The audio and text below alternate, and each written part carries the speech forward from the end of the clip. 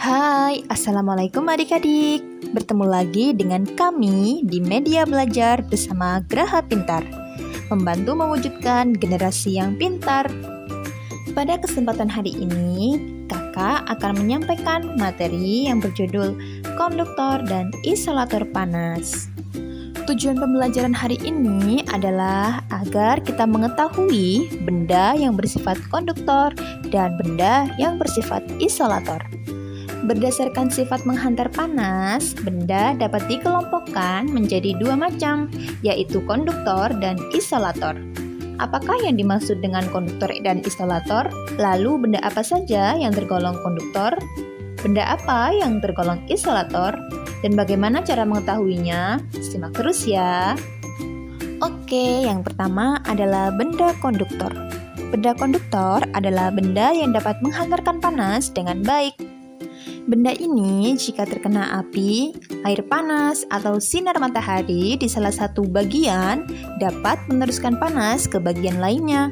Sebaliknya, benda isolator panas adalah benda yang tidak dapat menghantarkan panas dengan baik. Benda ini jika terkena api, air panas, atau sinar matahari di salah satu bagian tidak dapat atau lambat meneruskan panas ke bagian lainnya. Lalu, benda apa saja ya yang termasuk ke dalam konduktor dan isolator? Jika kita berada di sekolah, tentu kalian pernah melihat tembok, tanah, pohon, dan tiang bendera. Jika kita bandingkan benda-benda tersebut, maka tiang bendera merupakan benda yang dapat menghantarkan panas saat terkena sinar matahari. Tiang bendera merupakan konduktor. Sementara itu, tanah, tembok, dan pohon merupakan benda-benda yang tidak dapat atau lambat menghantarkan panas. Itulah sebabnya tanah, tembok, dan pohon tergolong isolator. Selanjutnya, kita akan membahas tentang bahan untuk membuat konduktor dan isolator panas. Yang pertama adalah logam.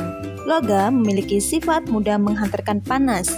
Jadi, logam merupakan konduktor panas. Hal itu bisa dibuktikan dengan memasukkan sendok dan paku ke dalam air panas. Tak lama kemudian, sendok dan paku terasa panas. Karena keras dan bersifat konduktor panas, maka logam digunakan untuk membuat setrika, wajan, dan ceret. Yang kedua adalah kaca. Selain logam, kaca pun tergolong bahan konduktor panas loh. Hal ini dapat dibuktikan dengan menuangkan air panas ke dalam gelas. Apa yang kamu rasakan saat gelas itu dipegang? Tentu panas, bukan? Meskipun kaca tergolong bahan konduktor panas, namun sifat ini tidak sebaik logam. Tidak semua kaca tahan terhadap panas tinggi. Ada kaca yang mudah pecah jika terkena panas tinggi. Akan tetapi ada pula kaca yang tahan panas. Kaca tahan panas digunakan sebagai peralatan masak, misalnya tutup panci, tutup oven, dan loyang. Yang ketiga, kayu dan plastik. Kayu dan plastik merupakan bahan yang lambat menghantarkan panas. Dengan kata lain, kayu dan plastik tergolong isolator panas.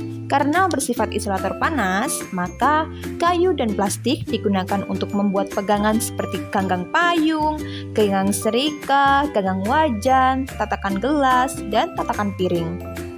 Yang keempat adalah kain. Kain merupakan isolator panas. Oleh karena itu, bahan ini digunakan untuk membuat cempal, yaitu pelapis atau pelindung tangan saat mengangkat panci dan penggorengan panas. Oke, itu tadi merupakan penjelasan mengenai konduktor dan isolator panas. Semoga bermanfaat. Assalamualaikum.